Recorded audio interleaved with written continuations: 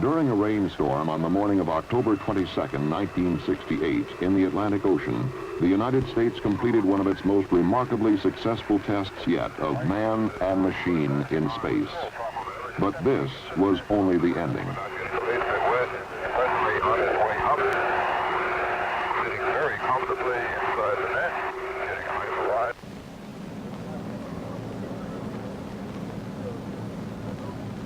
It was on a clear morning almost 11 days earlier at the Kennedy Space Center's Launch Pad 34 in Florida that we witnessed the beginning of the first manned mission in the United States Apollo program to land astronauts on the moon.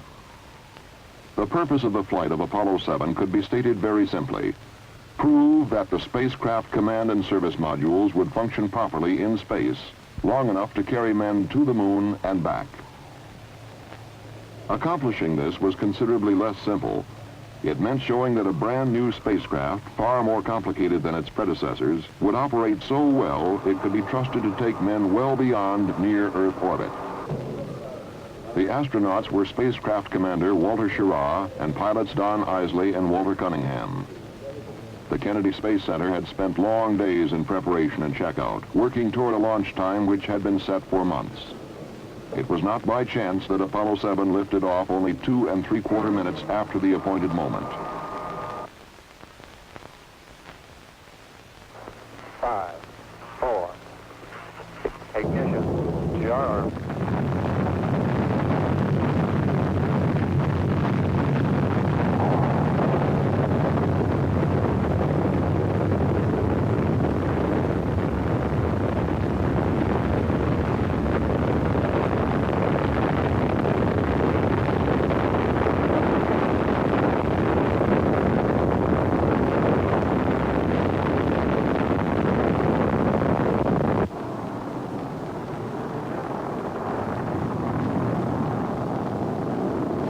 The Marshall Space Flight Center had spent years directing development and testing of the Saturn 1B launch vehicle, and it was not by chance that Apollo 7 was placed almost exactly on its planned trajectory into orbit about the Earth. Your Godspeed, Apollo 7. Thrust is okay. Roger thrust. Roll. Roger, roll. Very early in the flight, the general pattern of go for Apollo 7 was established in a conversation between the spacecraft and mission control at the Manned Spacecraft Center in Houston, Texas. Right on the old button. Very good. Flight booster. Go. We appear we may be slightly marginal on launch. We'll keep it. Okay, stand by. Cut off. J2 cut off. Beautiful. Fido. Flight Fido, we're go. Go across the board. CMC looks good, flight. 25, 553. H dot is minus 4 balls 1. Across the board. 7, we have you go for orbit. You're go for orbit. Apollo 7 was also go for an exhaustive series of tests of its worthiness in space. One of the first things which had to be learned was whether the astronauts could control the spacecraft combined with the S-4B Saturn stage. A very similar thing would have to be done during the early phases of a lunar mission. The answer was not long in coming. 3, 2, 1, mark. S-4B test complete. Beautiful. That was outstanding. Real fine, outstanding. Next, the spacecraft and S-4B stage were separated. The question now was whether the astronauts could turn their spacecraft around and control it to the degree required for future physical link-ups with equipment in space. For this, too, would have to be done in the lunar flight. And again, the answer was yes. Was a little flashes like Gemini? Something that will not be seen in the lunar flight or in any other forthcoming Apollo mission were the panels at the top of the S-4B stage. They will simply be jettisoned in the future, but they drew comment in Apollo 7. And the slot panel at the top, left and bottom, opened at I would just be about a 45-degree angle, and the slot panel on the right is just opened, maybe 30 degrees at the very best. Roger. Looks like you're looking at a four-jawed angry alligator. Apollo 7 escorted its spent S-4B stage through space for perhaps 30 minutes, then departed. That's a bigger one, Tom. Ready now? Yes. It's absolutely beautiful here. The following day, Apollo 7 burned its spacecraft propulsion system for the first 2 times in the mission and returned to its 4-jawed alligator, which was now angrier than ever. And Apollo 7, Houston, how close are you now? We're close to about 70 feet. It's tumbling rather wildly, so we're trying to stay away from it. Roger, understand. Ready to copy, Jet, go. Okay, separate. In this maneuver, Apollo 7 had accomplished the first rendezvous of the program, and in so doing had proven capable of meeting still another requirement for lunar flight.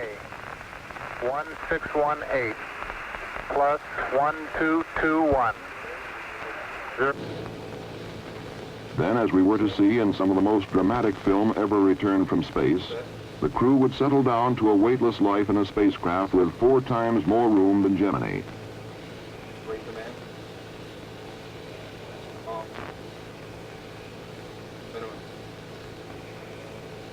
Low.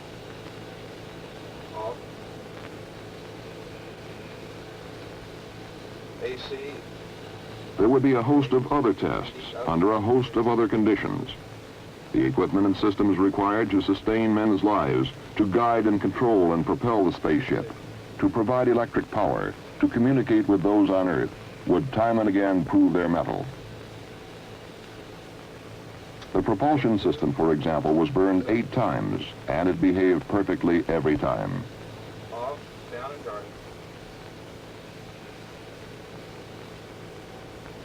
Auto.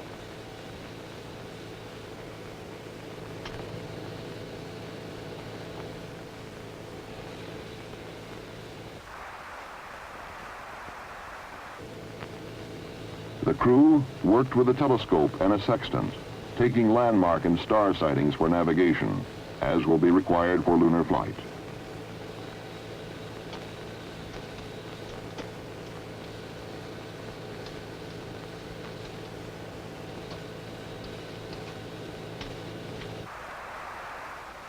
And they discovered on occasion that water particles which had been dumped overboard could be confused with stars. Care will have to be taken to avoid this confusion on future flights.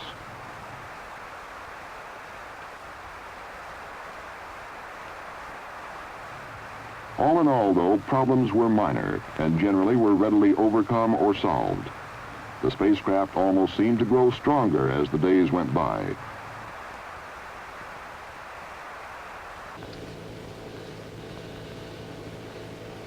But Apollo 7 was as much a test of man as of machine, and human errors were not taken lightly. Apollo 7, Houston, we acknowledge the error on the ground here. Okay, I'd like to have the ground get to work and look at the sleep risk. The error had led to an interruption of a sleep period for the astronauts, who were understandably irritated after days of hard work.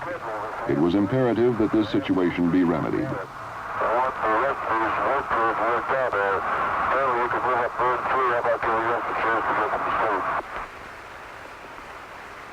Apollo 7, Houston, understand.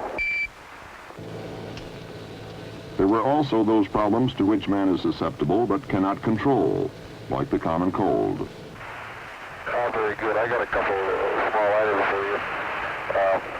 Wally took a couple ounces and an Actifed. Walt took 1 Actifed only. He feels fine. He just got a little stuffy headphone. And I put some nose grease in mine because my nostrils are a little dry. Besides, it smells good.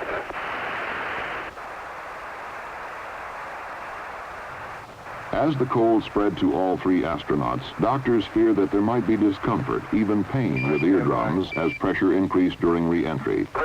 The astronauts were able to cope with the problem, however, by taking decongestants and holding their noses and blowing to equalize re-entry pressures. Always before, we've had to be content with merely listening to our astronauts during their flights. In Apollo 7, through the medium of television, we could actually see them in space for the first time and become better acquainted with weightless life aboard a spacecraft. You pick it up. I can read it now. Just a minute. It says from that lovely Apollo something. You guys should write. Apollo room. High atop everything. High atop everything. Looks good. I can see Wally handling now, and Don has a smile on his face, and there's Walt. Down the Gulf Coast. Okay, what's the next one? A little closer, Wally. Says keep those cards coming. Cards and letters coming in. Coming in, folks. It's loud and clear. Roger. Good morning to everyone in television land. You're looking at the right-hand portion of the main display console.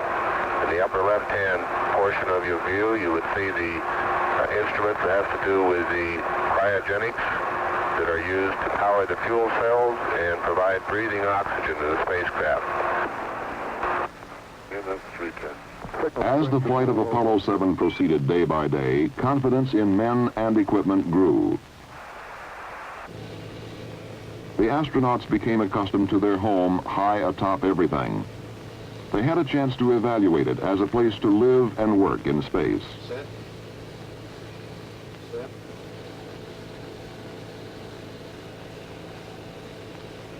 Is that all?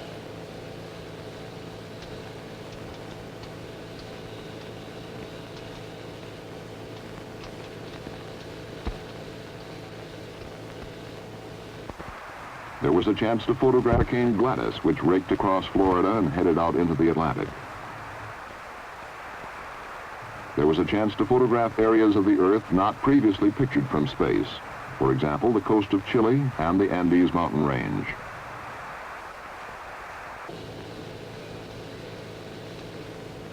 The crew could evaluate such things as the importance of exercising,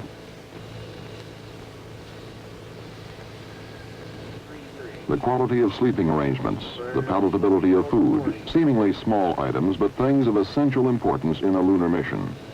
They even recorded the preparation of a drink for a meal.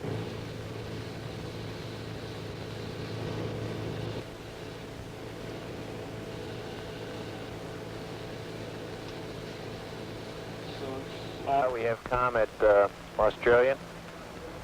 By the time Apollo 7 entered its 11th day in space, it had exceeded the time required for a flight to the moon and back.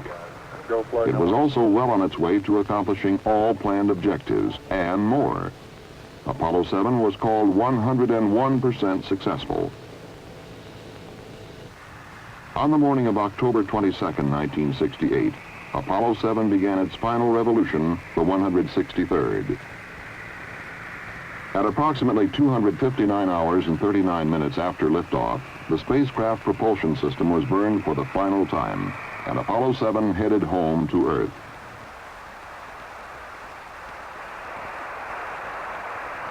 From motion picture film recorded during an earlier unmanned Apollo mission, we get some idea of what the trip back through the atmosphere was like.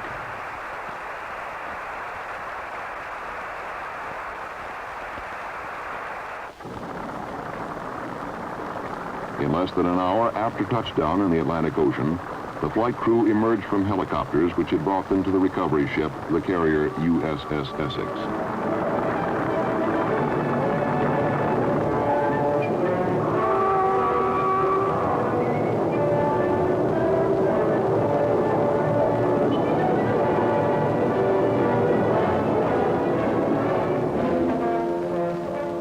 And the next manned Apollo flight can be undertaken with confidence that our brand new spacecraft is, as Commander Walter Schirra reported, a magnificent flying machine.